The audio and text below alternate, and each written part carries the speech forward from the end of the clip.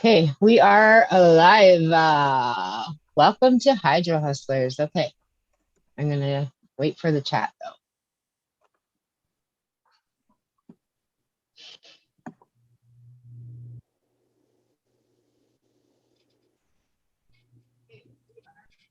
Okay, I'm gonna comment first.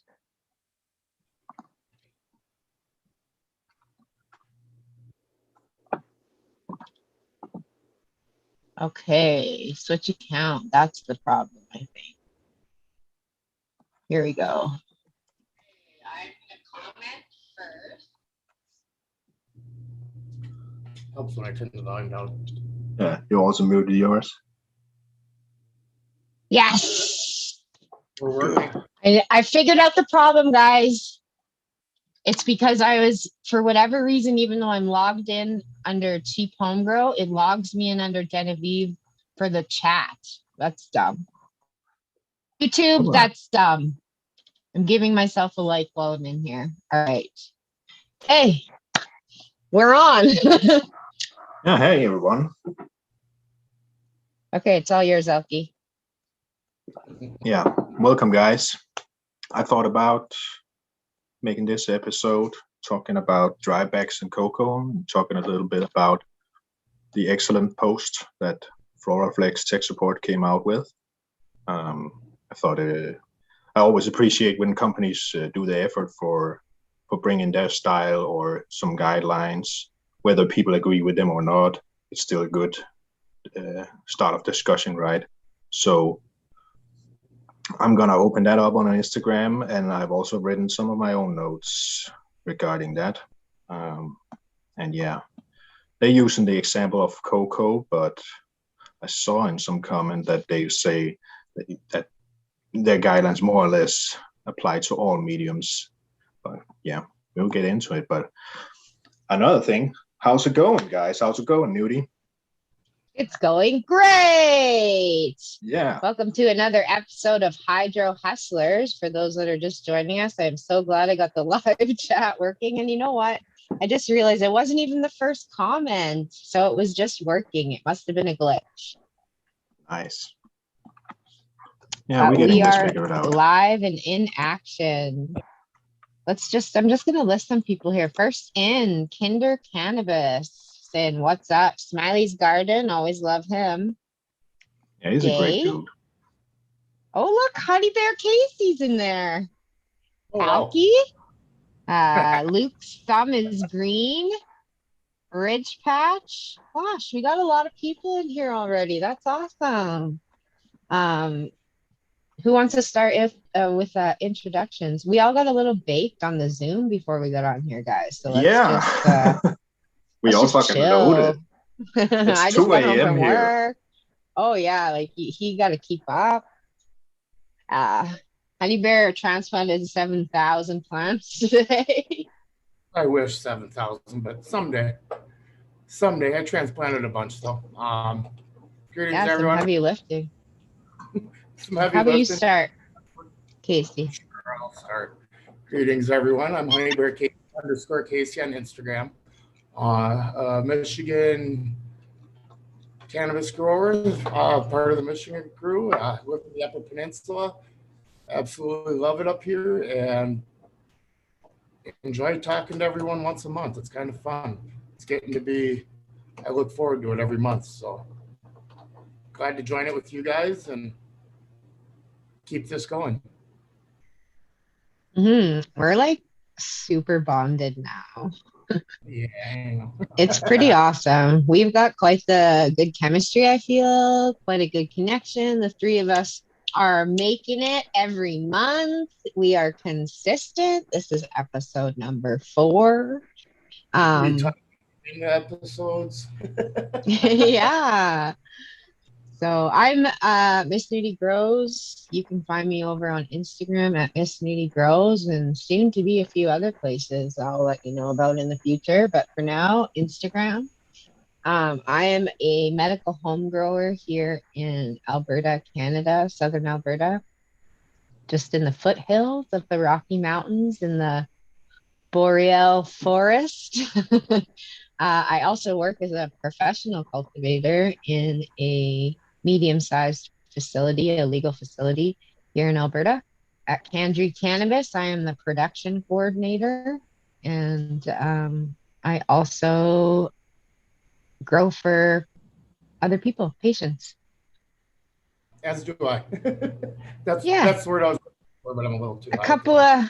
couple of plant docs. Yeah, exactly. Who is it you guys grow for again at Kendry? You We guys have a couple of different partners. So we're partnered with Queen of Bud, which is available in Alberta right now. Our blue topaz slurricane, beautiful. And then also, and a few other things. RGB is our newest launch. Last week we came out with Syracuse. We talked a lot, yeah, about amaretto genetics and Luke. That's finally been released in pre-rolls first, so the buds are coming. We're harvesting them on Monday, so in a few weeks, people, I imagine it's going to sell out. We do like small batches, I guess, so it's like, here you go until it's gone, and then we'll have some more soon. So I think that helps with the hype a bit. But yeah, and then finally, our last partner right now is a company called Burnt Designs. They've released Sage and Sour, which we didn't grow, we just manufactured their stuff, and then also Pink Kush, which again we didn't grow, we manufactured it. Excellent. All right. Well, I'm gonna do my greeting. Alki, yes, hi. Yeah. I'm Alchemisten. You can find me on Instagram on Alchemist in Denmark. I've been growing since 2017, mostly in cocoa. Yeah, I'm maybe the cheap home grower. I mean, I like convenient, and I just like growing at home. I don't have any fancy equipment. I don't have any AC. I don't have a plethora of plants. I grow 5 at a time or so. So yeah, I'm definitely a home grower in that regard. But I love reading, and I love discussions, and love talking with other growers. So yeah, I don't know. Should we go right into it? We shall. And look at what just checking in on the chat here, y'all. Yeah, keep the chat busy while I'm. Ooh, we got ATG Acres. Aaron's in the house from Growing with My Fellow Growers. Yeah. For some reason, Mr. Manny. Oh yeah. Push Cloud. Lots of people. Thanks for joining. We love y'all. Well, Casey, I was gonna ask you, how concerned are you with the moisture content of your cocoa and drying it out? And yeah, I don't let it get all the way dry. I do let it lose a lot of weight. However, I do not let it get all the way dry. Basically, they don't get water for about 16 hours at night. The other 8 hours, they're getting slow feedings. But those 16 hours, they dry out. 16 hours? We're going to come back to that. Okay. That sounds like when they come down, I let them wake up a little bit before, and then I let them dry out good to help try and keep that humidity down at night. Oh, I see. It's that time of year where PM grows everywhere if you just breathe on it, right? So we still got dry temps. I mean, Ari.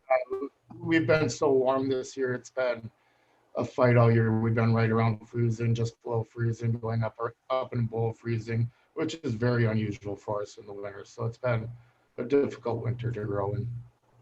Mm-hmm. Also, you're growing less hours light now, or? Say that again. Are you cutting down on your light hours? Is that what you're saying? I still run 11 hours of light, just like I always do. All right. It's between 11 and 11 hours and 15 minutes. I don't have it timed exactly, but. And how many times do you feed through that 11 hours? 4. In what size pots? 5. 5 gallon, 4 times? Yep. Okay. and they suck it up. Yeah. Well, I have 3 gallons with about 30% perlite, and currently I'm down to three feedings per day, just to test, really, because I've been doing the straight inverse of. I think actually maximum I run 5 or 6 times under 12 hours. But this time I'm trying a little bit different. I'm trying 4 times at the start of flower, and now here that we're in the ripening stage and halfway to week 8 or so, I'm trying to cut it down to 3 and see if I can kind of chase that when they're stopping to feed, when they're getting a little bit less, that's usually around week 9 or so when they start wilting a little bit, and yeah, you know what I mean. But yeah. Week 5.5, my plants will drink 1.5 gallons a piece a night, so in a 5-gallon pot. Right. They like that water. And in veg, usually I don't feed that much. I usually, when I'm just growing a root ball, I'll do it once every second days, depending on the pot, of course, but in reasonable pots, like 7 to 11 liters, or what do you call those, 1 to 2 gallons. Sorry, I was doing Yeah. Oh, yeah, I can't remember. 7 liters. Yeah. How many gallons? 7 liters again? 7 liters. Almost 2. Okay. Like 1.9 probably, yeah. So yeah, I'll probably own it. When I plant them out of the corner or out of root cube that I'm cloning them in, they'll go into a solo cup for a week and a half. Then I'll go into a 1 gallon for about a week and a half, then into that 5 for about 2.5 weeks, and then into flower. Right. But I'm definitely not drying out like in veg. As soon as they're established, after a point, it's usually 2 weeks or so. 2 weeks or so, I'm the benefit of cocoa is better with all fertigation and like those 3 times per day. I can definitely see a difference. And then you have those 18 hours, and I would argue that you can easily feed 18 hours 4 times or more. Like, I don't have the data. I don't have a big scale. I can't say for sure because data is king. If you have scales, I'll probably throw another feeding or 2 in there. The main reason I'm not, and I'm sure I'm hurting my plants a lot again, is the humidity for when them lights shut off and the winter we've been having. It's just been really difficult to control that humidity and temperatures when the lights are going off. Oh, so you're also doing 4 in veg? You don't change it from veg to flower? Oh no, in veg they get watered once a day if they're in a 1 gallon. If they're in the solos, I try and get them up to once a day. As soon as it's hitting once a day, I transplant. Yeah. And then they're essentially ready to flower when you want to do the 4 feedings or what? Yep. Yeah. Once they're in flower, that's when they're on the system and they're getting fed automatically. Yeah. Yeah, what I'm thinking is funny about this Floraflex post is that many people interpret it directly as it's proof that you should dry out cocoa, maybe to the point that it's light, you know what I mean? Because they're saying, it says 65. But if you look at it like really closely, you can see that it says 65 is max saturation. And I asked them straight up in the comments, does that mean right after you pour it, right? And they said, yes, 65% for our particular brand of cocoa. Take it for what you will, but for our particular brand of cocoa, it's 65 right after saturation. And when you look at their recommended, it's 50 to 60. So on a 65% scale, where 65 is just saturated, how much is 5% really? I can't imagine with a fan blowing under and blowing on air pots or blowing on fabric pots and just being fed, and then 4 hours later, I really can't imagine that a pot like that with maybe a little bit of perlite in there wouldn't dry out 5% before the next fertigation. It just seems 5% isn't much when you're thinking about the big picture of things. And I mean, I haven't weighed them on a scale, so honestly, take it with a grain of salt. But that's just my personal belief that, if also an important thing is, of course, temperature, because the difference between 25 or 79 something Fahrenheit, 75, is that like 20, 25 Celsius? How much is that? I can find out quick. Anyways, like 78-ish. Yeah.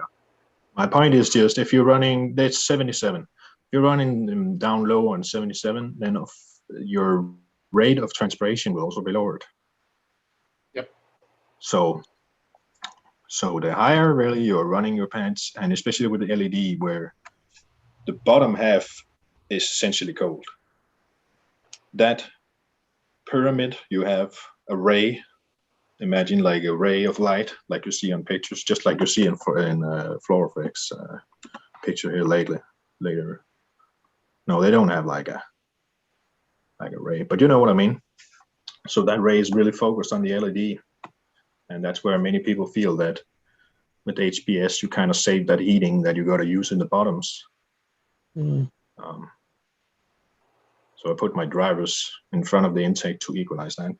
But it's really important, because if you don't run your plants hard like that on 27, 29 at the taller spots, then you're not getting the same rate of transpiration, and your feeding schedules could fuck up a little bit.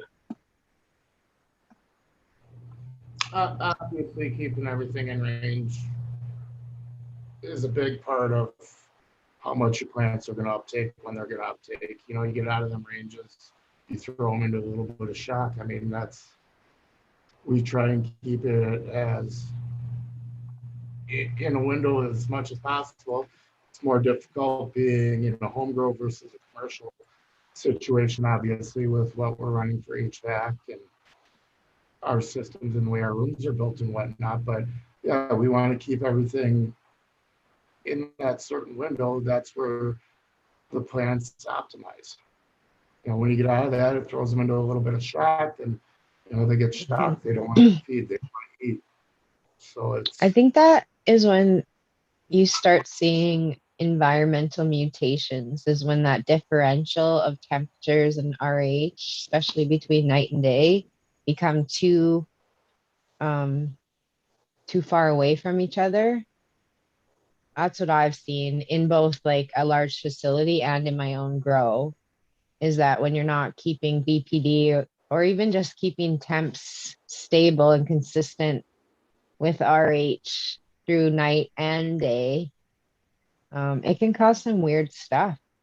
Well, yeah, you're causing stress in the plant. So as you know, anytime you cause a stressor in the plant, anything can happen. I mean, shoot, they can do anything from hermaphrodite to throw a twisted leaf out there. Those are usually They get stretchy too, like the nodes. Strain dependent too. They can get stretchy. Yeah, that's true.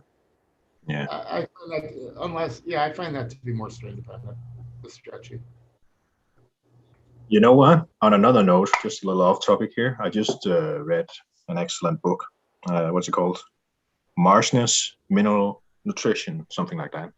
An old book, pretty good book. I read that foliar feeding is more effective in higher RH. It can literally pass better or dissolve better into the cuticle wax. So you get more unfolding, along with also it evaporating quickly, of course. But I was wondering if some strains took better to foliar feeding than others. But then I read this and I thought, I honestly can't remember if it was 40 RH when I did that, but maybe it was 40, 45, and maybe it's just way better, way more noticeable at 60, Well, their stomatas are more open when your yeah, exactly. BPD is That's a great point. That's also what they stated in the book. Exactly what I was just going to say. Yeah. So just a bunch of geniuses. We're on the same page. But I just want to put that out there because foliar feeding a try. It's not a good idea. Should do it in a moister environment.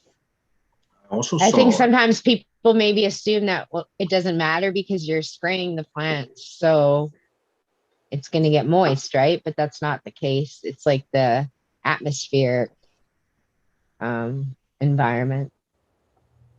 When the plant's happy, it opens up them stomata, so it intakes more. It's happiness in the plants. And most of Yeah. the stomatas are under the leaf. A lot of people don't know that. Correct. So when you're spraying with foliar, I know we're getting off topic here, but make sure you get all the underleaves really. We never Yeah. get off topic. Never. Yeah. Yeah, under the leaves is where you want to spray, just nodding it up. Yeah. I actually read Yeah, that we talk about calcium. all sorts of things. I read about that calcium is one of the minerals that is least effective with foliar feeding, but it's also one of the most popular foliar feedings. So, Isn't calcium the biggest crutch everyone uses anytime they have an issue? yeah, right. Mhm. But it is also one of these things that are found mostly in the plant. Like if you, I saw some analysis in that book that said that's just the largest requirement of tomatoes and cannabis and stuff like that. It's calcium and all of that I can't remember. Off topic a little bit here because I wanted to talk about. I saw on Florifex post also that they run their week 1 to 4 like veg, like right. So they're only focusing on doing lower RH at the late end of flower, right? Which makes sense, right? What do they suggest at the beginning of flower? The exact was RH. about, let's see. I don't think it was. I keep mine at 55 right at the beginning, but I drop it right away down to 45. Yeah, the first defoliation they're aiming for 68, 70, but then they drop on it. High. Yeah, it's a little bit high, but still veg, so that's not a home grow. yeah, okay. All right. Yeah.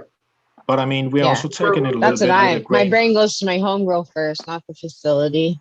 Yep. It's my priorities. You're running 60, 65 at least, I'm guessing, but you can't tell with. But also, I'm not taking it as like face value. I mean, they seem like good guidelines, and I totally appreciate every company that does that kind of thing. But like taking it literally or saying like 65% and then 5% lower is where you want to be. I mean, I don't have the data. If I even had the data, would I aim for the same 5% or 10% less moisture? I don't know. I mean, I'll take it with a grain of salt. I Even take if everything I think with it's a good grain of salt. Yeah. Always got to try it first. And again, we're not experts. No one's an expert. This is what we found in our experience, what worked for us in our situations. And you gotta keep experimenting, or maybe you will stop. You will stop learning at some point. So we got a couple of people saying things about BPD over 1.3 or so will flood your stomata and force water back into the plant. That's from Cheddar Bob 13. And then also Smiley's Garden said some debate if having proper BPD is key to calcium uptake. That's good points. I don't know what he means by the BPD will flood your stomata and force water back into the plant. Is 1.3, is that bad? Is that high? I don't know. 1.3? I mean, I don't have the chart memorized. I have to go look. Yeah, because there's some of those charts that don't match up to each other also. Well, it depends on if you're in veg or flower too, because they are a little bit different. And it depends if you're measuring the temperature at the leaf surface, or are you measuring the temperature above the canopy, or like there's just so much that goes into VPD. Like the charts aren't just this is the chart you use. You should be using a couple different charts. And find the best average of all of them and try and average them. But I don't know the numbers of 1.3 sounds like high humidity. I think that the Floraflex ranges are decent. I mean, like anywhere between 50 Here's my chart. to 60 sounds Small decent. chart. 1.3. I mean, it looks like it just depends. It's within range for some. 1.3. Lower RH, kind of like higher temps. I don't know. I don't have enough automation in my home environment to be able to like really experiment with VPD and like I'm dialed in as much as I can by doing what I do with defoliation and exhaust and like plant numbers and that kind of thing. I have to be creative basically. Yeah, I'd say if you're not over 60 in flower, then you're pretty much in okay zone. Like 60% is pretty decent at 26C, 27C where most are. So yeah, lots of things can be adjusted by changing VPD. I'm learning that just from like dialing it in at the right times. Did you get that note, Honey Bear? Yeah, I apologize. I'm a bit hoarse tonight. I'll try and talk louder. Jenny Cakes, thank you. Thanks, Jenny Cakes. I'm sorry. Oh, I see you. You just commented. That's what I was doing. Just trying to keep up. Yeah. I'll try and talk louder. Sorry, guys. Another thing I also found funny is that Floraflex addresses defoliation like twice, maybe. I think they do it twice to 3 times totally. And they say like day 21 to keep 2-3 top fan leaves, and I'm totally for that because I've never been a fan of taking everything off. Like I'll be honest, I'm more of a fan of trying to keep them mid-range families. Those top couples, I get right the heck out of the way. You don't like the top fan leaves? Savage. You savage. Well, those ones block those mid-level ones, so I don't want anything blocking. I mean, vice versa. Yeah. Okay. I do take some of the tops too, but only the ones that are blocking like good buds underneath them. So yeah, I guess. I've tried some different things, and I just found that the difference between having 1 to 3 sets of top fan leaves and stripping everything else is like the difference is like one weeks of recovery at most to like a day or 2. They won't skip a beat. But sometimes when I've stripped all of the leaves, they're just stunted. They'll just sit there for a week, and I'm just watching them regrowing the leaves. And then I'm just thinking, well, now I'm 1 week later in flower, right? What could have happened if I didn't do this? And as soon as I started keeping 2, they didn't skip a beat. They didn't care. But of course, if you had a clone like that only had 1 shoot in general, then I probably wouldn't do it either way. I would keep way more leaves. So, there. Do you keep the same feedings? Oh, go, Casey. What do you want to say? I end up keeping a little more leaves than that. I mean, the bottom of my canopy is a little thicker than the top, obviously, but I try and keep that nice even canopy levels, so I'm getting my colas at the top like that. Okay. And that's where I'm getting my major weight. I'm 1 week later in flower, right? What could have happened if I running? And as soon as I started keep, is that me? No, that was me screwing up. Oh, you had an extra one open? Technical difficulties. Technical difficulties. Sorry, guys. Okay, no problem. Anyways, Yeah, I saw that Mhm. we're defoliating in week 6 also, like 6.1 day. What was it? I do a defoliation the last 4 days they're alive, just so I don't have to do so much when I cut them down. All Mhm. right, I like did that too. just prematurely before your harvest, just Yep. so you can trim fewer leaves, so focus less on trimming leaves and get the fuck on with the harvest, right? Exactly. Get them the fuck out of the way. Yeah, sure. I don't care. Well, I think it's a little bit late. Like my personal judgment is that it's a little bit late. The reason I do it in week 4, which I get most, is just because I'm not 100% sold on the idea that the leaves doesn't matter in late flower. You know, I think there's a minimum of some sorts. Mhm. Um, I agree. Can't take but them all. I hate when I see naked plants. I mean, they're not yeah, mine, so I don't care so much. But you if gotta they're agree mine, with the I care. science. You gotta agree that there is some energy and some bigger stored in Well, those yeah, leaves. there's food in the leaves for sure. There is. They need them. They need some of them. I don't understand, I guess, the schwazzing. If we're gonna talk about like removing all the leaves. I've never tried it. I've had a couple friends try it and didn't work out well. So I'm just not convinced that that works. Removing all the fan leaves at strategic points. I don't know. Someone changed my mind. Yeah, Well, I tried to ask Floraflex too, and I'm not one they mind. didn't respond to that. But I mean, Yeah, at they the get same time, stunted is what I see. one thing I really, is when they're saying that their cocoa is like 60 and 80%. Like, what do you guys think about cocoa? I know the US has so many different brands.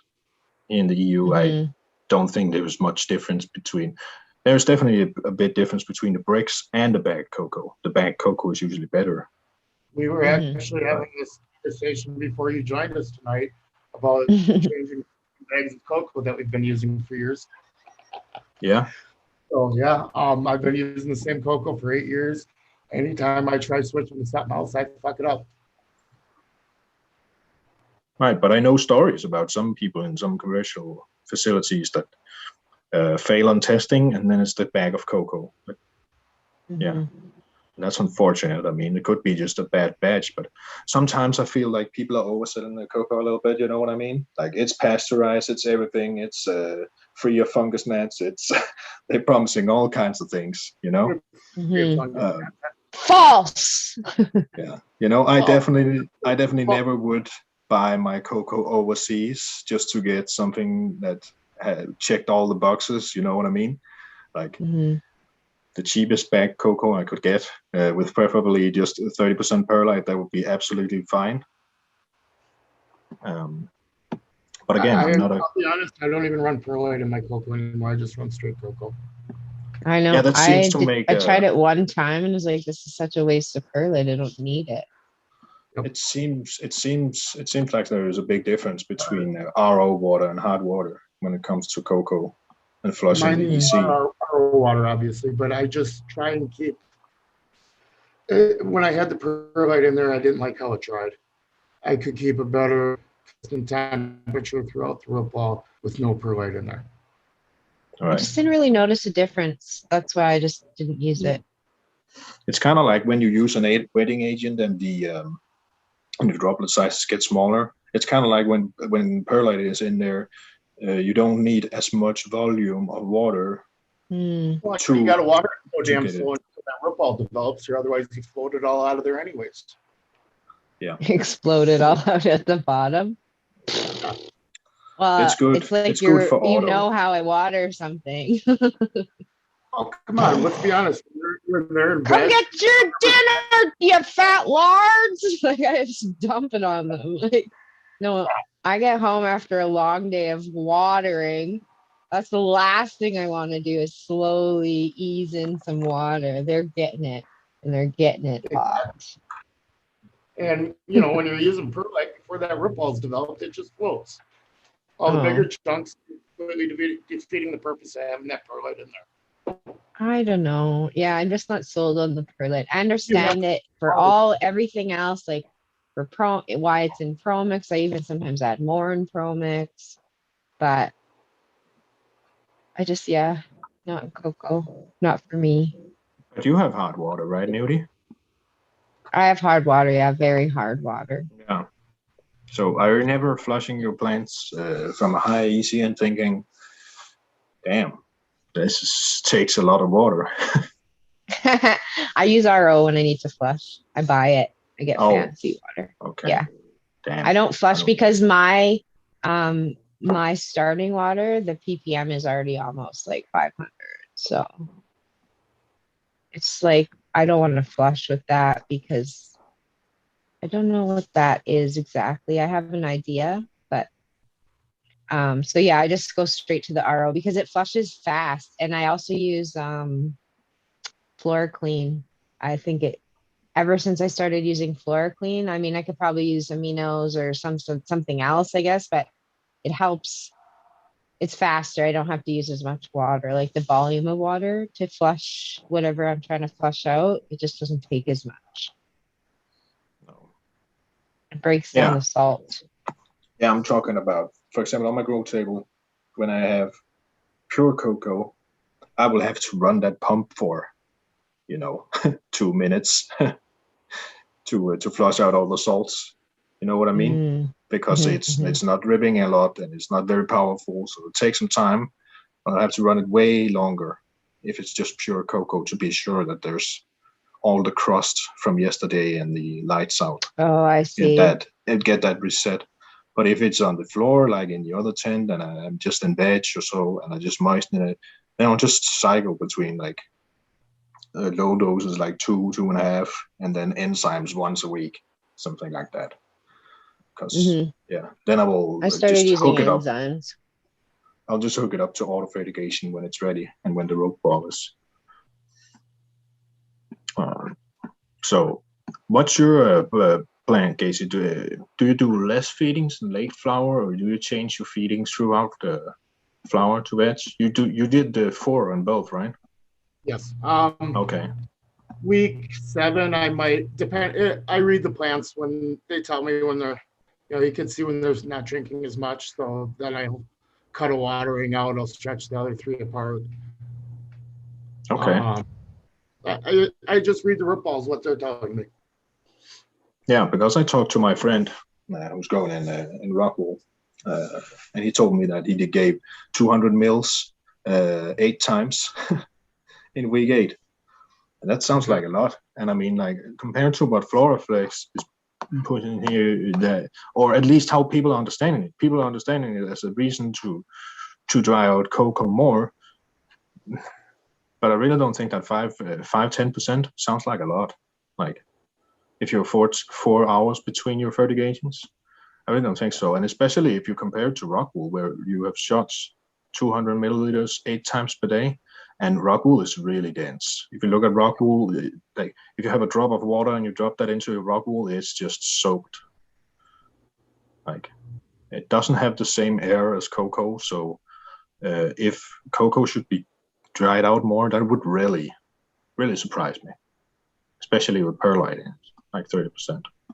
You never know. Like I said, like data is king. So if someone could explain that we're 100% at Floraflex, like how did they came up to those numbers, or what they exactly mean by it? They just posted a new post I saw to calculate the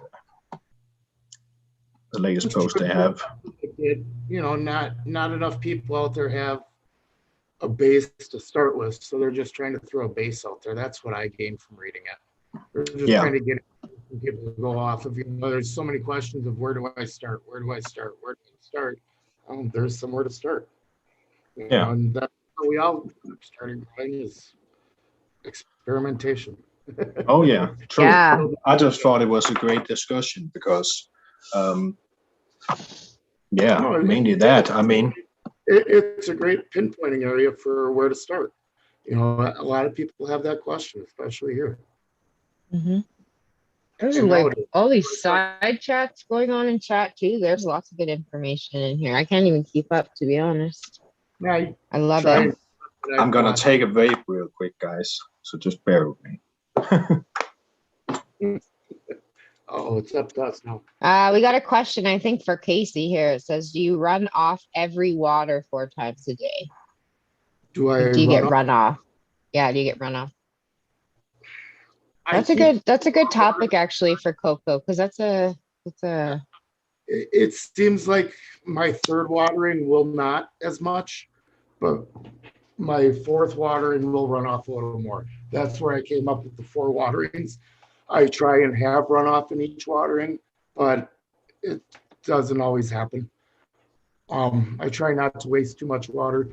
Nutrients are expensive, even though they aren't expensive when you dial it down to what you're getting, but it still does add up. And do you feed every time? That's another common cocoa question. Yeah. Because Pro Mix, you don't, right? There's that, like, you can go feed, flash. You can do feed, flash. Like, it just depends on the strain and shit. But cocoa, I never flash unless I need to. Once I'm getting later in flower, I'll give them more flushings. Okay. Maybe I should When they're experiment. week 3 to 5 in there, I don't flush them once. They just get hit hard. Yeah, I get runoff every time. Every single time. I can't dial it up high enough to get during those weeks, it seems like. Hungry? Hungry hippos. Mm-hmm. I just played that game 2 weeks ago, so. But say it's about your style, because if your style is just quantity, and you maybe would be outdoors or you're hand watering, you know what I mean? If it's way easier for you and easier to get started than buy a big DWC system and maintain all that, clean all that, then you could do the minimal runoff thing and just have a bit of perlite in there, so you know that just 100 mils or whatever is enough to keep 1 or 2 feedings a day. That's probably the least effort cocoa run, you know what I mean? But I would always have runoff in mind, but mainly because it's recirculating, right? So I get a lot of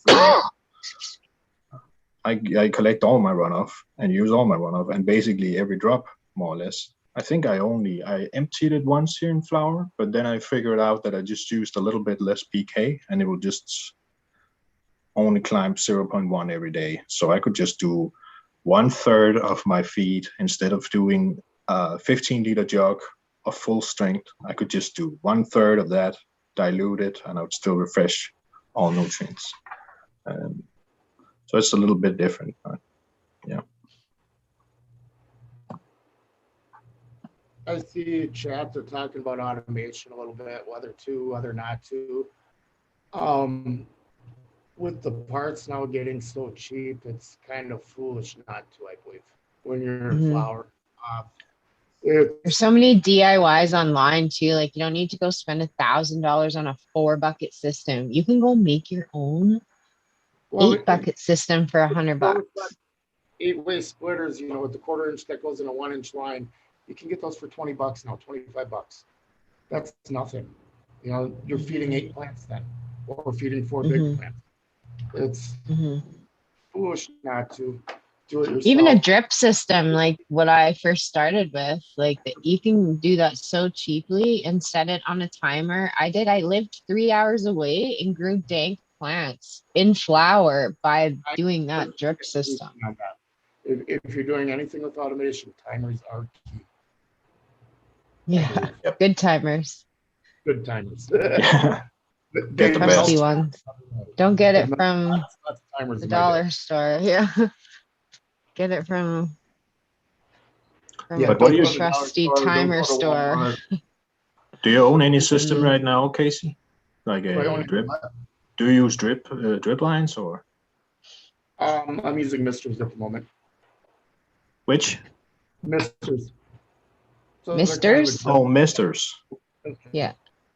Misters. Spray like a umbrella mist kind of type. They're like 50 cents a piece. They hook to the 1/4-inch line and away you go. Okay. I So mine, 100. mine are also just drip lines. So mine is also really, oh, whatever. And I would recommend everyone. Feeling tonight, I keep getting shorter and shorter and shorter. Got to lift it up. Huh. I guess I ate too many cheeseburgers this week. My plants had too many cheeseburgers this week. Nice. They liked it. There was some funniness going on. Yeah, people were saying, asking about automation. Kinder Cannabis says it's tired of lugging 5-gallon buckets. No kidding. And then the American one that says the exercise is healthy though. Yes. I just got Fun done fact, my when I started at nearly 70 gallons of water in 5-gallon buckets. 70 gallons? Okay, that's good. That's good. I am not like usually a person that tries to top other people's stories when I'm about to tell you something.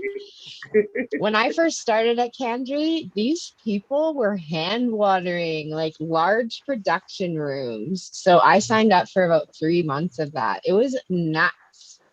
It was the best, worst experience of my life. I lost 20 pounds and I would sometimes hand water on my own, like 400 gallons of water in 5-gallon buckets a day. I'll be right back. I'm out. And then I had to go home and hand water my own plant.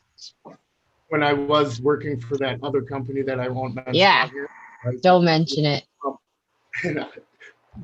One of the other competitors up here, they had just started growing and just got up and running and didn't have their automation up yet. And they had 3 guys that were watering 10 hours a day, 7 days a week. Yeah, that was me and Alex. Watering costs a lot of money, people. Get irrigation. Yeah, like that's a lot of labor, dudes. It is. It's a lot of labor. It's a the lot highest, of time. Yeah, the most extensive irrigation system around. Me and Alex. Yeah, a lot of variation. We batched like a motherfucker too. We were batching in these 55-gallon like garbage can things and like with a big, like, you know, the big drill you use to make mashed potatoes when you have a big family. We burnt out so many drills too, like literally rest in peace drills. You did such a great job. I believe it. I believe it. And it's, you know, what happened when you put 53 gallons in instead of 55, you know, it's, your formulations were just. Oh, fuck. Yeah, you don't, yeah. And it's salt. We do it with salt. Minerals. Is key with these girls, people. They like consistency. That's when they yeah, motherfuckers. Yeah. Oh, don't swear on our show, Nudie. We're allowed to share. Jack Greenstock said so. Don't swear on our show. We will get the chat closed again. Oh, maybe that's what happened. They heard me just bragging about all the swearing I was doing. Yeah, I accidentally said the F word also. So yeah, that's okay. It's Hydro Hustlers. You better be over 18. Well, I already have it rated as not okay for children. Okay. It's mature content. It's just how we have to put it up. That's how we have it set for cheap home grow. I think it stops any sort of like. Uh-oh. Now Sparty's here. Now we're in trouble. Spartan, you are late. We didn't even. I keep forgetting to tell the guys when I'm going on, but it's the first Wednesday of every month. Yeah, at 6:30. Plus, if you watch my stories, that's right on point. So he gives us topics and everything now. Oh, we got lots of cool people in the chat. We're up to almost 60 people. What? There's lots of people. Yeah, like I'm just gonna say, like Chad Westport. The American one I shouted out already. Adam Taw, T. Barrington, Dirtro, a dude. Some people have some crazy names. Like I want to know the stories behind some of these names when I see handles online. Yeah, maybe you don't. Especially there's good stories. Maybe I don't, but I don't know. I'm a curious gal. John Packlin says, "What up, Jer Bear?" Oh, I like that one. Blessings. Nice. We're caught up. Cool, man. Anyways, I don't have any more on the floor effects. I think just like Casey said, I think it's good. They even teach you about trimmings, man. Even to trimming and totes, and now we're getting a lot on the products. Yeah, like, The are they system. sponsoring us? Right. No, they're not. But They we thought it was a can. good. And sponsors welcome. Yeah, well, Hydro Hustlers welcomes all sponsor requests. They will be fielded through us. Advertise here if we like you. We'll give you a fair, honest report. Yeah, that's how we roll. That's probably why the sponsors aren't reaching out. Yeah, because we have no problem to tell them their shit sucks. I know. Too many of them nowadays. Too many people trying to hustle everyone. Too know, it's many scary out are there. hyping, I'd say. Like Mm. I won't hesitate if something sucks, something is a bad attempt at a product. I don't hesitate on saying anything, because I know, like, there's so many things like that.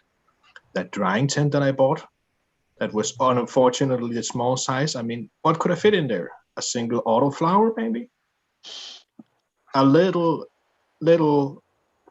not water to run off, but just a little like side auto flower that got all the runoff, I neglected, but that would probably fit in that thing. I'm not gonna say the name, but you know what I mean. Like, and it let light in there. So, but yeah. How did you figure out it let light in? There's a hole. So the first level was letting a lot of light in there, like a honeycomb pattern. Yeah, mesh something. Anyways, it was not to start bashing on someone, I just wanted to say, like, Spartan's definitely throwing it out. Just the scandalous ones, Marty. Just the scandalous ones. The Hydro Hustlers are complaining about hustlers. Yay.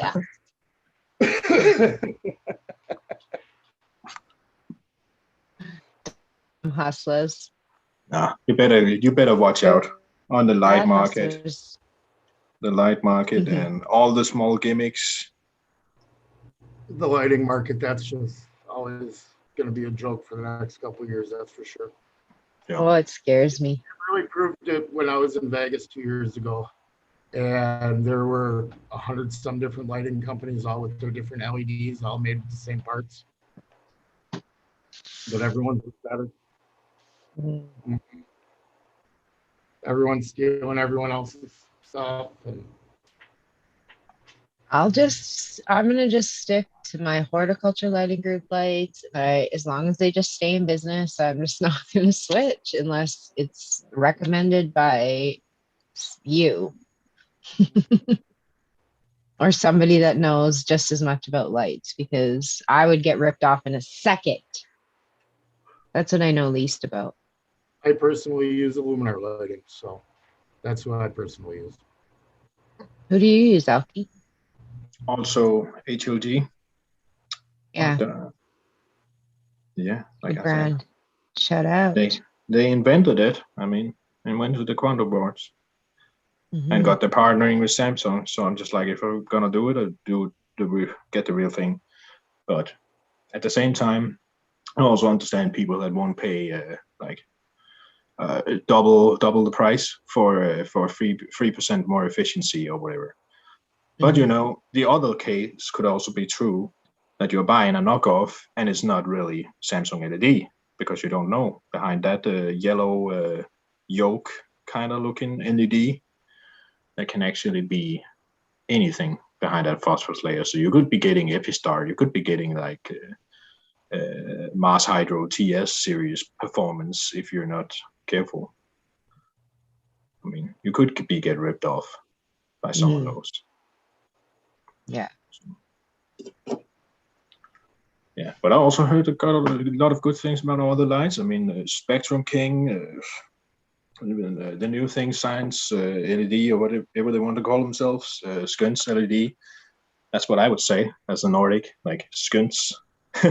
But I mean, it gives a little bit more flexibility, and maybe that's good in a home grower situation where you just want to learn what the different spectrum does and play a little bit with it. I mean, it's all about what you want out of the lights. Story? Huh? Really? Can I tell a quick Spectrum King story? Yeah, tell me about it. 3 or 4 years ago now, when I was out in Las Vegas, they had a Lambo for the display, a Lamborghini.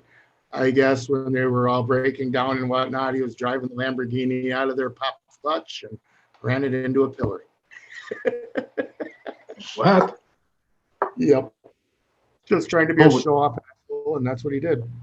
Who was that guy you said? The owner of Spectrum King. Oh. Well, that's what you, yeah, shit happens. Shit happens, especially when you drive like an idiot. Yeah, but most of them are decent. I mean, even cops are still decent. Cops, it's like, if more people. He's not decent personally. He just, you know, had to compensate. So. Yeah, I've never met some of those guys. But yeah, a cop is definitely still a good light. I wish more people would have talked about cops when I started getting into LEDs. I need to get a new veg light. I want to get probably an HLG. I know they have a veg one. There's a couple questions in here, Yo-Yo. You answer some of these questions that he just asked?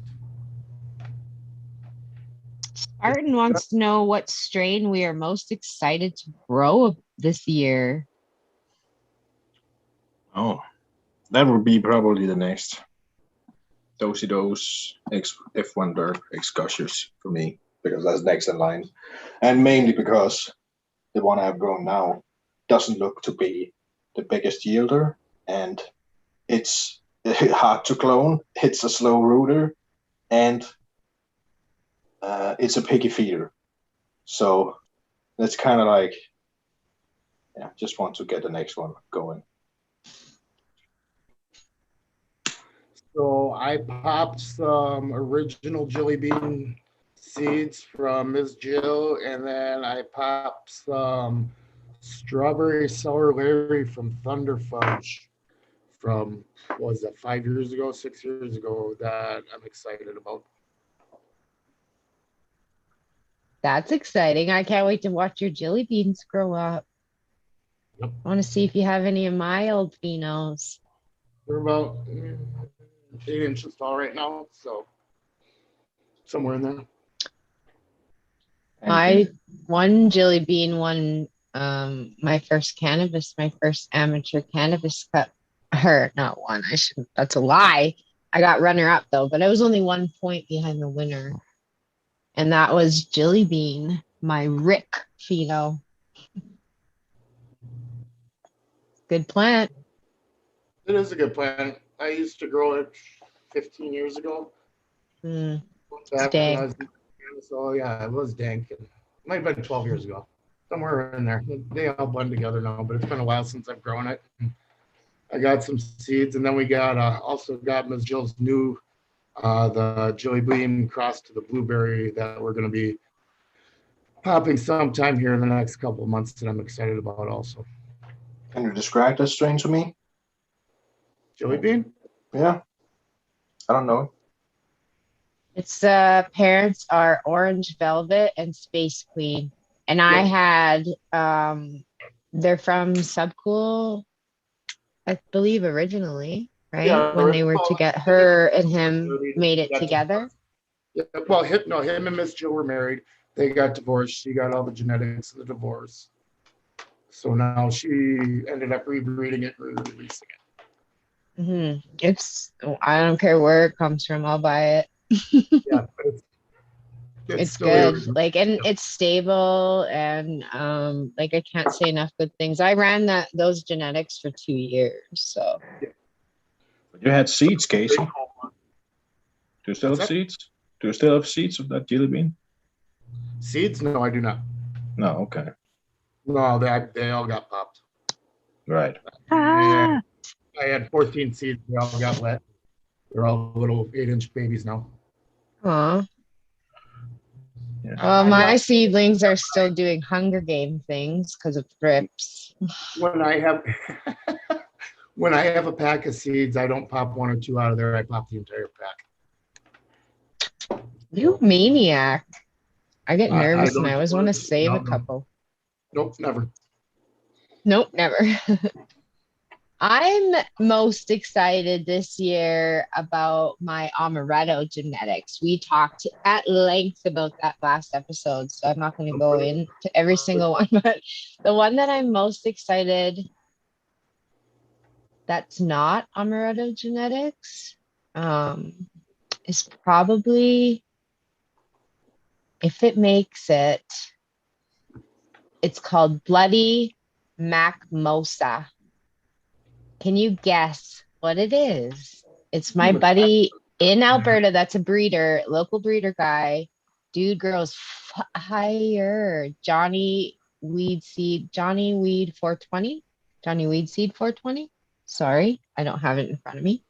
But yeah, Bloody Macmosa. So it's Mac, Mimosa, and something bloody that I can't remember.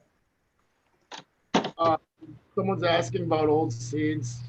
Spartan mentioned the seed cracker. Another thing to do is Seed I cracker. got a matchbox and the rough strip on the matches. You lightly sand the outside where the seed's supposed to split. That'll also loosen them up so they will split more. Also, you want to, I want to make sure I get this right so I don't screw anyone up. It is 100-to-1, so you use 100 milliliters of water. Excuse me, 100 milliliters of water, 1 milliliter of bleach for old seeds to keep them clean and virile.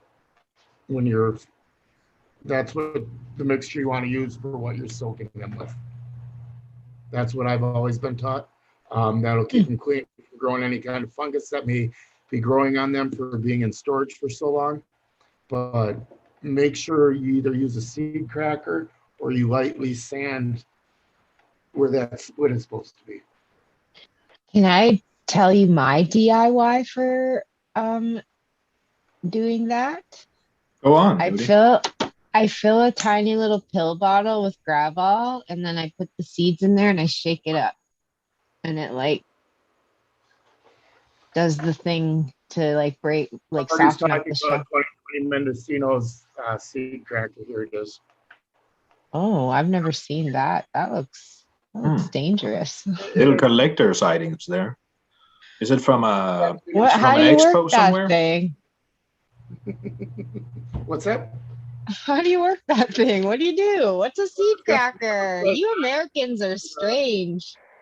3 different size notches. Or is this only a Northern American thing? You Michigan people. It's what you use for God love ya. Okay, I'm listening now. Okay, are we listening? All right, it's got 3 different size triangle slots that you put the seeds in, and you want to just lightly squeeze on it so it presses that hull and makes a small crack. Hey, there's Luke right now in chat from Amaretto Genetics. Thank you, Luke. Great to see you. Ah, Luke, he should have came last week when I was spilling, or the last month. He watched that. I saw his comment, but yeah, Amaretto Genetics, dude. My 72 virgins in Seroquel, Thousand Oaks, whatever TT crossed with TO is, which I think it's Thousand Oaks crossed with TT, whatever that is. Those things are doing awesome. They're all doing awesome. They're winning in the Hunger Games of what's going on against the thrips. Yeah. What can you tell about that strain, Zero Q? That was an Umuerta. How do you say that? Umuerta? I honestly am really bad at saying things out loud, and I apologize in advance. So Casey? Sorry, what? Amaretto? Is it Amaretta? It's a muerta. Amuerta. Muerta. Oh, Okay. thank you so much. I didn't know that. Amuerta. Oh, that sounds really much better. Right. Amuerta. Death type things. So how was that strain, Nudie? I was thinking like Time traveler. Thank you. So we grow at work. Well, I actually just spoke about our RGB that just dropped the Syracuse. That's actually Seroquel. But we couldn't call it that here in Canada. We had to change the name to Syracuse. So that just dropped here. That's available in Alberta right now, only in pre-rolls until our nugs get harvested.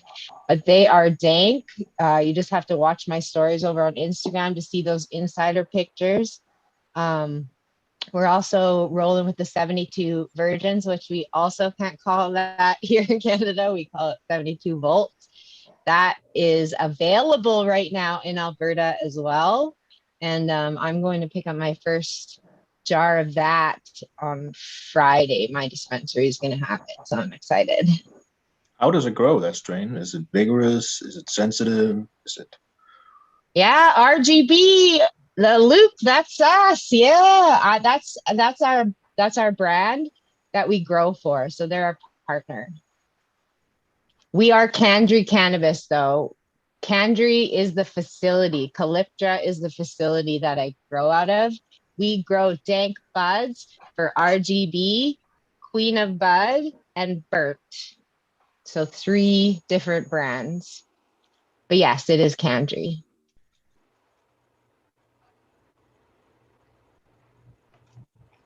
Dank, Fun night. dank. We have so much fun when we do this.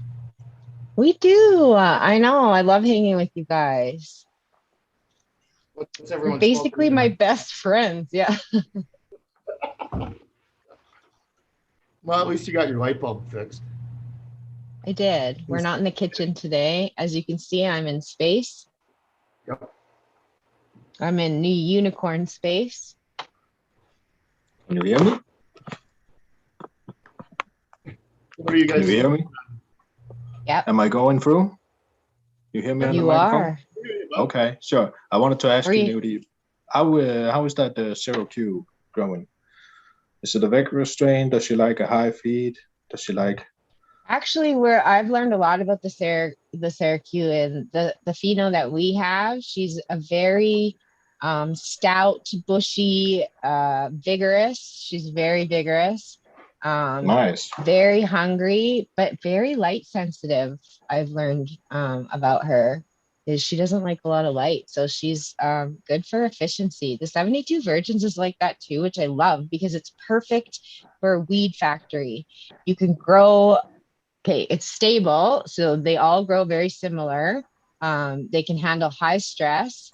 They don't need a lot of light. They don't need a lot of food. It's perfect. I said that when I walked in and I worked with the 72 virgins and the Seroquel and a bunch of other strains that we have. And right away off the hop in R&D, I was like, these are our strains. Like these are our factory strains. Doesn't matter what they test out. They're awesome to grow. They're easy. It's just, yeah. I feel that way with this Thousand Oaks. I absolutely love that strain. Yeah, we have that in our R&D too. That one I'm pushing. I'm a pusher. How many of an old OG with a hint of gas to it?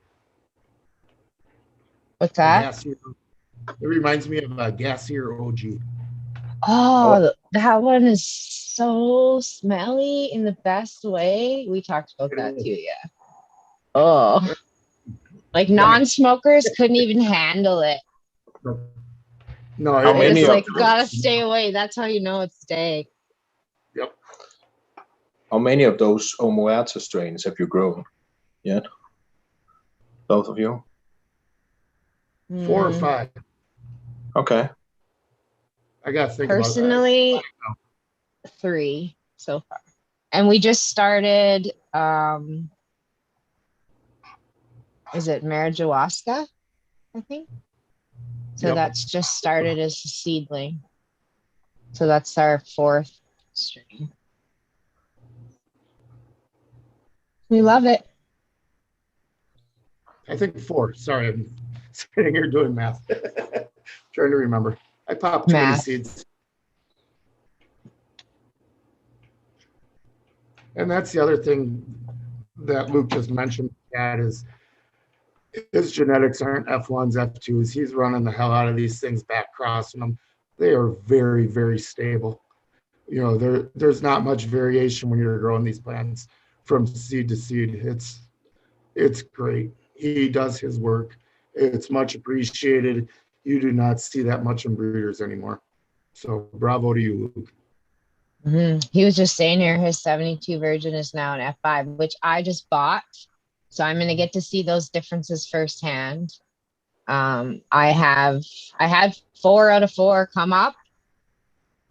The thrips took 2.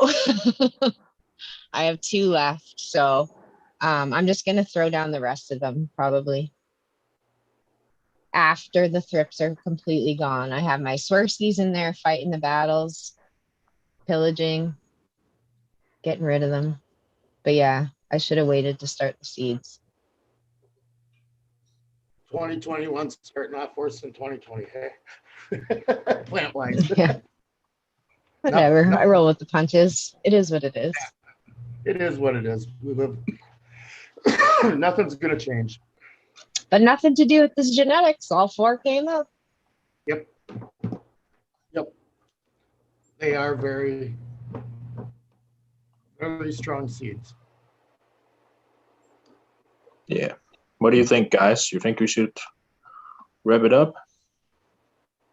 Rev it up. Yeah, Maybe. what do I got left in me? I got about half hour left in me. And then I got to go eat supper. I made chili yesterday, so I'm excited to get to that. Do some self-care before I fall asleep and go back to work. If you guys do some shout outs, I'll go pee because I have to go to the toilet now. We've just been Is that all shouting right? out constant talk to shout outs. chat. I'm going to You go can onto talk the to chat chat and and see what's going on. I will go pee for a second. Oh, bye, James. Thanks for coming. Catching a live. Thanks. Oh, Luke. Jason Eyestone running out the door. I love emoticons or emojis. So I finally know what my TT is. It's time traveler. Yep. Lots of stretch. Thanks for the heads up. Also, Smiley's Garden had said in the back that he was running Jelly Bean too. 2 phenos with Jelly Bean and flower. Did his say jelly bean or jelly bean? I thought it said jelly bean. I know, but I think he meant Jilly. I assume okay. it probably auto-corrected because anytime I would send Jelly Bean, it would auto-correct to Jelly Bean. And I'm like, that's not what it's called. True. I didn't think stupid autocorrect. Oh, Luke's leaving. Bye, Luke. Trust and support, man. I seen it with my own eyes. I don't trust right away, but it's in there. It showed me I trust it. Who else is in here? 4 plants, A? Is that it? I don't want to say guy or lady just in case I don't want to get it wrong, but I love seeing that person in the chat because I think they're almost in every chat and I love that. Kate Armstrong in the house. So 420 Also, always see him. Where to get beneficial bugs up in Canada, Hey, Copart is very expensive. I do have a source for bugs, but I'd have to go look in one of my emails. They're a friend of mine out of Calgary. Maybe it depends what province you're in. No, he said Calgary, Alberta, so that's where he's looking. Oh, okay. Well, she gets hers from a different place that's much cheaper than Copart. So is this person on Instagram or Plants A? Are you following me on Instagram? DM me. If not, then I'll I don't know what I'll do. I'll have to mention it on something on the next show. Greetings to Brazil. We got someone from Brazil listening. I love how international this the group is. I say it every time, but also the chat. Yeah. It's a lot of fun reaching out to you guys once a month and just sitting here and bullshit for an hour and a half, and you guys get to see the boring things we talk about. Yeah, like especially with COVID, right? Like It's been terrible. if we could make more content, if I could commit more, I would, because I know people want more content. I get messages all the time like, could you guys do it more often? And I would love to do it more often. I just don't have enough time to commit, but it is needed. Like if you're questioning on whether or not to start a grow show, just, do it. Talk to your friends and make sure you don't step on anyone's grow show toes when you're going live and shit. But like, I think the people generally want more of this content. And the more content that's out there, the better we're all going to become as we learn from each other. Yeah, like I learn something every time, like way more than one thing. 50 things probably. I don't even know how many things. I always have my notebook right here too. So when I'm looking down, I'm writing shit down. I'm, like I'm very grateful for the time that I can spend with you fellas and the chat. I also think new growers especially come up with some amazing solutions. So I'll always listen just as well to a new grower as an experienced grower, because many new growers, they're brainstorming and they're telling you a story about how they solved something, in there. Some have some really genius ideas. Yeah, the energy is, they're starting out, they have a different energy. It's all good. Mm-hmm. Like at work, for example, when any type of leading that I do or task leading that I do in a room, before I just decide what I'm going to do, I go and talk to the other growers, that are doing most of the work or monitoring, the crops on a daily basis, and make sure that I get feedback from everybody so that we can grow the crop. Yeah. Yeah. And it's like sometimes the feedback that I'm getting from them is stuff that they've looked up at home and that I haven't even thought of. So it's like, I think it's important to get as many heads as possible, as long as there isn't a bunch of egos, which in my crew, I'm lucky there isn't. But I think that's always the best way is collaborate. Well, have you ever learned? Have you someone in there gets a little or something, and all of a sudden they try feeding something bad. Keeping everyone for the same goal when you're doing that is a good thing, and that helps when you have a great team like you do. Mm-hmm. Yeah, it's all like about communication and like actually listening to people, like what do you want to do with this crop? Like, yeah, maybe you don't grow at home, but you still are like fucking running shit here. Yeah, like so you see these plants grow. I always ask people too, and anyone that I'm training or mentoring, I like especially around pruning and stuff, like you do your pruning on this plant, remember this plant, come back tomorrow, see what happens, come back the next day, see what happens. That's how you learn. And so if people are like dialed in to their job and actually enjoying it and learning from it, they have ideas about things because they are the ones that are on the floor all the time. They're the ones living with the mm-hmm. The same questions everyone asks.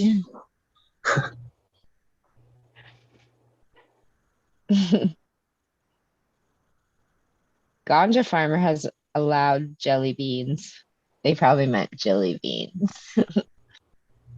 No, he said someone else had a jelly bean also out there, and I thought that was the case. There's a jelly bean and a jelly bean strain. There's both. Of course, there's so many damn strains. So, mm-hmm. Right, there could be so many names. So here's an interesting issue we're running into at the moment. I have Jack Hare crossed with Gorilla Glue. It was unreleased by Ethos Genetics by Colin, and we asked him what it was called, and he told us to name it because he was never planning on releasing it ever. We have one of the unreleased packs, yada yada yada. We've got an excellent keeper out of there. We have no idea what to name it. So if anyone wants to send me messages with ideas, we're looking for ideas on what to name it. It's lemon pine with Gorilla Glue funk behind it. Is how you smell it, and it is just phenomenal. I love smoking it already. It's going to be like crack. smoking it. So need to think of a name for it besides Jack Cross with GG4. That just doesn't actually, or Jack Cross. And crack is already taken, so. Yep. Exactly. Canada wouldn't like that name either. So they don't allow green crack then. Oh yeah, probably. I never even knew. I never seen it around Canada. Nope, probably not. It's probably called, I don't know, whatever it called. Green Giant. So yeah, if anyone has any Names. ideas this month, let me know. I'm curious. Loud Genetic. James Loud, great breeder. Good strains. That's a good one. Hairy Gorilla. Interesting. Oh, Kate Armstrong, I think, wants to know if he can get my our weed at any dispensaries. Well, Queen of Bud has our Slurricane.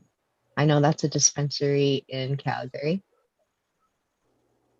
And if you follow, I think because of how RGB hit the market, it went on to AGLC first, and then it gets distributed and bought by retail stores. So then it hits stores kind of later. So I think by this Friday, you should be able to get most of it. I'm just not sure which dispensaries. It just depends on which ones buy it. Are your dispensaries all, purchase in mail order, or is it purchase in store, your province?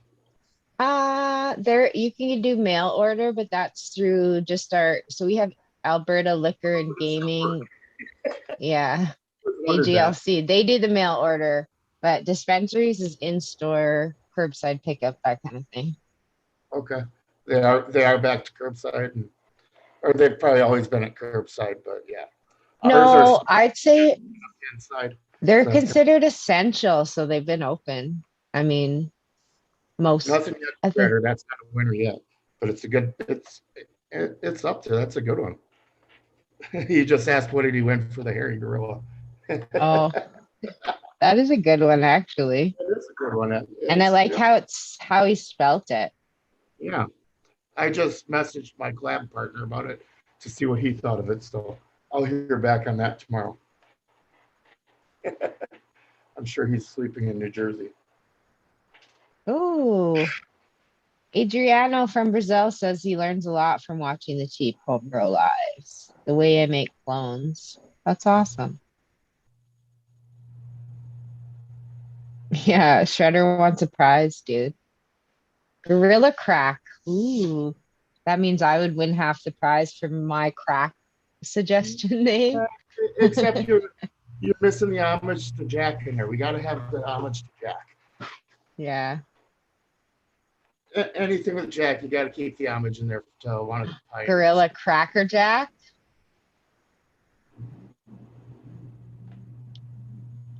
Cracker like Jack. There might be one of those though. We want prizes, stickers. I don't have any stickers anymore. Gotta get on it. Just get one of your face. Oh. No, who wants to look at my face every day? Okay. Alki, you need stickers too. Stickers? Yeah, that's which fun. Kind of stickers? My own stickers? Yeah, of your avatar. Yeah, I'll probably do that. That's one of the reasons I made it over. I want one. So I can. Yeah, I'll fucking make them. At some point. A sticker app online. I got my sticker wall started behind me. That's why we're on the sticker topic tonight also. So I like stickers. It's a good topic. It's a good topic. I save all stickers. Jack's Crack. That's my favorite one. American one. It's my vote. So Hairy Gorilla is the front runner at the moment. That's what my collaboration partner said.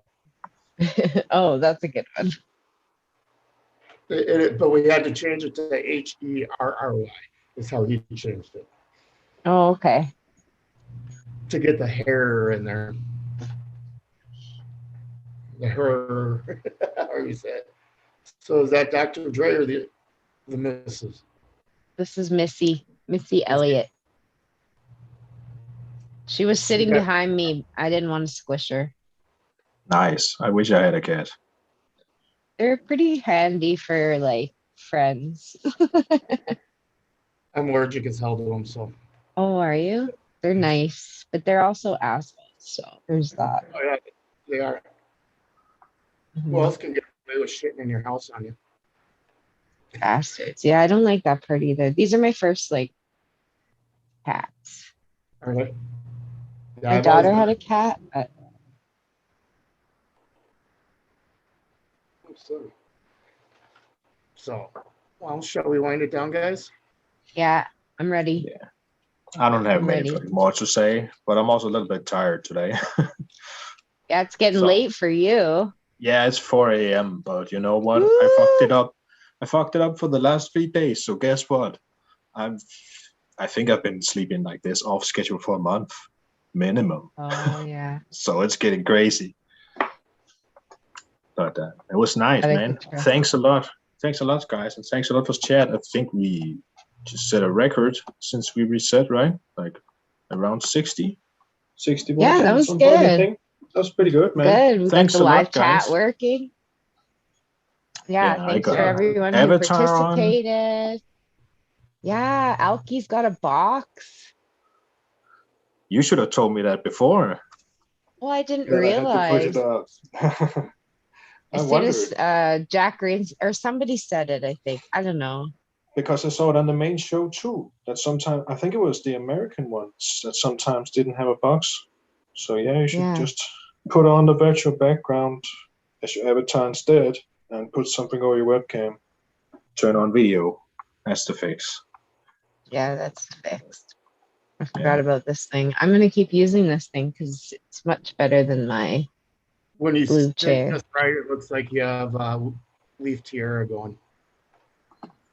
When you were sitting just right like that for part of the show, it looked like you had a tiara. Oh, perfect. I'll have to go get some screenshots so that I can say bend the knee. Just Oh, to certain guys. people. I was gonna Around- ask you earlier, have you ever learned from a meme? Have you ever looked at a meme like someone that's like, oh, that's me? Have you ever done that in your community? Like daily. I think it's funny. I think it's funny that you can learn like that because I don't take it offensive. Like I'm not an easily offended person, if you know what I mean. Like if someone makes a meme about my cocoa and my fungus nets, go on, man. If it's funny, I'll laugh at it and even share it. So I'll definitely. I'm for memes. I'm for the lols. Me too. I'm a meme hunter. That's one of my hustles. Yeah. Gotta make it a routine. I made it a routine because I always feel better afterwards. Mm-hmm. Yeah. All right, Anyways. guys. Any last shout outs? Well, Oh. it'll be a fun Growers month after love. reset in the flower room. So more pictures to come. A lot of the keepers are going to be in on the next run. So it's going to be a lot of pictures getting taken, but it'll be a fun month. I'm looking forward to it warming up a little bit and some of the white shit outside melting. Ooh, yay. As long as the We ice could stays talk a around. little bit about outdoor growing or starting seeds next time. Yes, I think we should. Mhm. I definitely think we should start in seeds, growing from seed, growing outdoors. Sounds like a great topic. And can't wait Next till time. the first of the Any- first Wednesday of the month. Next We'll be- April. Next. Yeah. Alfie, any last shout outs? Not really. Only the supporters on here and my sponsor Playground, I think. That's it. But take care, guys. I love being here. Loved messing with chat and talking about floor flex and drip irrigation, stuff like that. Great teachings. You betcha. I'm See you guys. grateful. Bye. You guys have a great Next week. time. We'll see you soon.